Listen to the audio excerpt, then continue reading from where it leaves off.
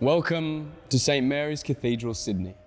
In this series, we will explore the artifacts of St. Mary's Cathedral, bringing to light the stories of the people and events which have shaped Sydney's Catholic community. Today you find us in the crypt of St. Mary's Cathedral, the resting place of the clergy who worked to establish and guide the Catholic community of Sydney. In contrast to the vast vaults of the main church above, the crypt is low, almost cavern-like. Still, the golden sandstone Gothic arches of the big church are here repeated, albeit on a smaller scale, giving it an unexpected warmth. The purpose of a crypt is actually as a place of burial. Here we find the graves of the early priests of Sydney, as well as all the archbishops. The grandest of these is the chapel commissioned by Archbishop Michael Kelly. These tombs provide an opportunity for visitors to reflect on the contribution made by these men and to pray for the repose of their souls. Here, for example, is the tomb of Father John Terry. The black hat signifies his clerical position, while over here is the tomb of the first Archbishop, John B. Paulding, who died in 1877. He was initially buried in Lewisham, but was exhumed and brought back to the cathedral, finally laid to rest in the crypt in 1946.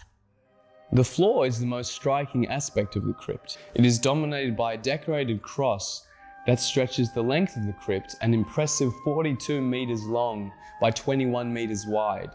It contains 5 heavily detailed medallions depicting the days of creation.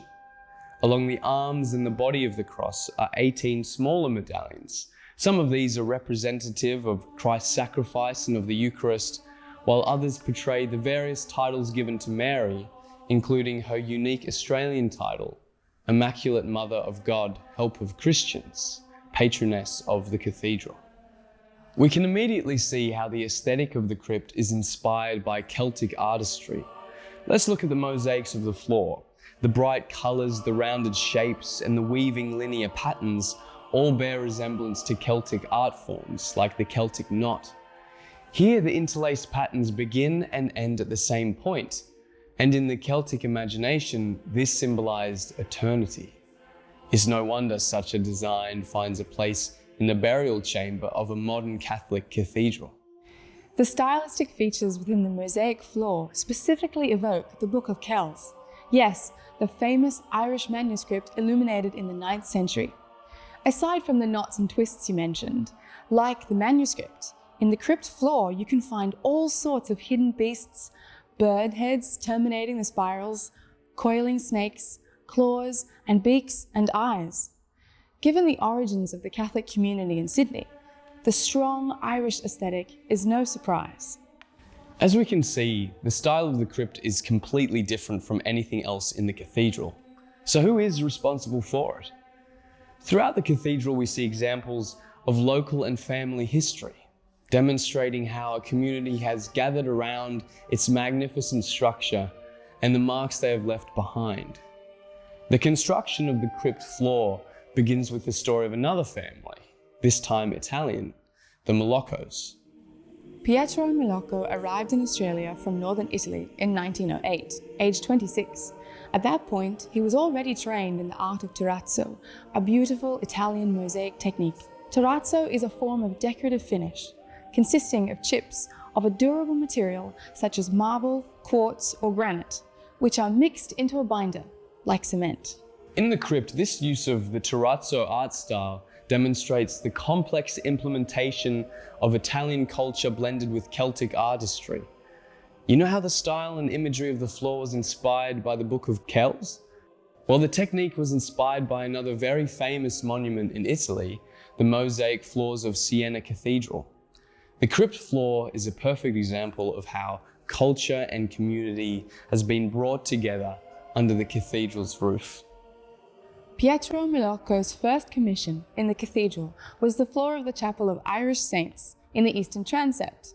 This was quite the achievement for Molocco, given his young age and the fact that he was a new craftsman in Australia, with no reputation. Although, that was soon to change. After securing the job on the chapel, overseen by Cardinal Moran, Archbishop of Sydney, Pietro Molocco used the commission fee from the cathedral to sponsor his brothers, Antonio and Galiano, to come to Australia in June 1910. It was in Sydney that the brothers united to create the Moloko Brothers.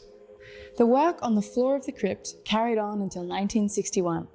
Such a work of art could not be rushed, and the dedication and detail evident within its designs is truly a testament to the skill and care that the Moloko brothers took in their work. Visit the crypt and see if you can find their signature carved in a small tile on the floor. The Moloko brothers have left their mark on many other structures within Sydney CBD.